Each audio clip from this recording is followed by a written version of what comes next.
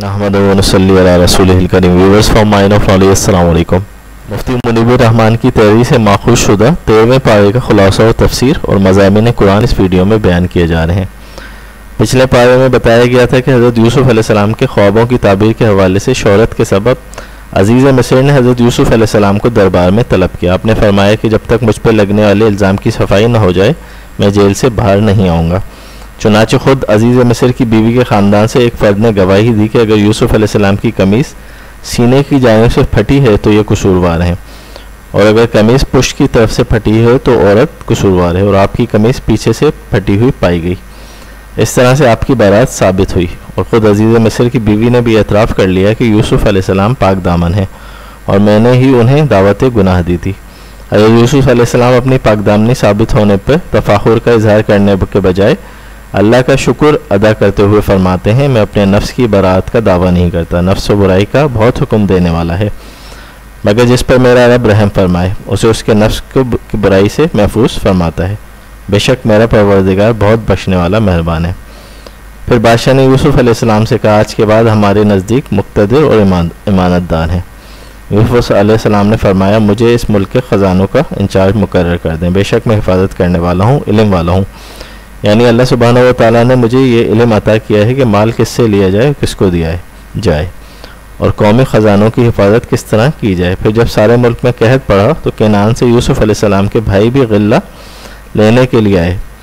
जब दूसरी मरतबा बरादरान यूसुफ़ हज़रत यूसुफ़ अलैहिस्सलाम के पास पहुँचे तो उनके साथ हज़रत यूसुफ़ अलैहिस्सलाम के सगे भाई बिन्यामीन भी थे। उन्होंने अपने भाई को रोकने की खुफिया तदबीर की कि भाई के सामान में शाही प्याला रख दिया और इस तदबीर से उनको रोक दिया। उनको रोकने की यही सूरत थी। बरादरान यूसुफ़ ने पेशकश की कि बिन्यामीन के बजाय हम में से किसी को रोक लिया जाए, लेकिन जाहिर है किसी और को रोकना मकसूद ही नहीं था। बरादरान यूसुफ़ ने वापसी पर यह वाक़या वालिद साहब के सामने रखा तो उन्हें एक बार फिर शदीद दुख हुआ, मगर फिर सब्र जमील इख्तियार किया। शिद्दत गम से रोते रोते याकूब अलैहिस्सलाम की बिनाई चली गई थी। उन्होंने कहा, मैं अपनी परेशानी और गम की शिकायत सिर्फ रब सुब्हानहू व तआला से करता हूँ। फिर याकूब अलैहिस्सलाम ने बरादरान यूसुफ़ को यूसुफ़ अलैहिस्सलाम और बिन्यामीन की तलाश में भेजा, और उनके मिस्र पहुँचने पर बिलाखिर यूसुफ़ अलैहिस्सलाम ने हकीकत हाल भाइयों पे जाहिर कर दी। वो शर्मसार हुए, अपनी गलतियों का एतराफ़ किया और कहा कि अल्लाह ने आपको हम पर फजीलत दी है। यूसुफ़ अलैहिस्सलाम ने कहा, अल्लाह ने हम पर एहसान किया है, जो तकवे पर कारबंद हो सब्र करे तो अल्लाह नेकूकारों के अजर को ज़ाया नहीं फरमाता। इस मौके पर यूसुफ़ अलैहिस्सलाम ने इंतहाई अखलाकी अज़मत का मुज़ाहिरा किया और अपने भाइयों को माफ़ कर दिया। अपनी कमीज़ उन्हें अता की कि इसको मेरे बाप के चेहरे पर डालो, इंशाअल्लाह इनकी बिनाई लौट आएगी, और अपने सब घर वालों को मेरे पास ले आओ। जो ही बरादरान यूसुफ़ मिस्र से चले, हज़रत याकूब अलैहिस्सलाम ने फरमाया, मुझे यूसुफ़ की खुशबू आ रही है। अलगर्ज़ फिर कमीज़ यूसुफ़ अलैहिस्सलाम हज़रत याकूब अलैहिस्सलाम के चेहरे पर डालते ही उनकी बिनाई लौट आई और उन्होंने बरादरान यूसुफ़ के लिए अल्लाह की बारगाह में इस्तग़फ़ार की। फिर जब ये काफ़िला मिस्र में दाखिल हुआ तो यूसुफ़ अलैहिस्सलाम ने इंतहाई एज़ाज़ के साथ उनका इस्तकबाल किया, और जब ये काफ़िला शाही दरबार पहुंचा तो ख़ानदान याकूबी के तमाम लोग हज़रत यूसुफ़ अलैहिस्सलाम की ताज़ीम के लिए सजदे में गिर गए। यूसुफ़ अलैहिस्सलाम ने कहा, है मेरे बाप, ये मेरे ख्वाब की ताबीर है, बेशक मेरे रब ने उसको सच कर दिखाया और उसने मुझ पर एहसान फरमाया। इसके बाद सूरह रात शुरू होती है। सूरत के शुरू में अल्लाह सुब्हानहू व तआला की कुदरत और जलालत को बयान किया गया है, उसका बग़ौर सतूने के आसमान को बुलंदी पर कायम रखना, सूरज और चाँद को एक निज़ाम के ताबे चलाना, ज़मीन का फैलाव उसमें पहाड़ों को लंगर की तरह कायम रखना, दरियाओं की रवानी, निज़ाम सुबह शाम लेल व नहार, तरह तरह के फल अंगूर और बागात और उमूर कायनात की तदबीर वगैरह। फिर फरमाया, अहले अकल के लिए इसमें निशानियाँ हैं। आयत आठ में फरमाया गया कि अल्लाह हर मादे के हमल और रहम के हालात को जानता है, उसके नज़दीक हर चीज़ का एक अंदाज़ा है।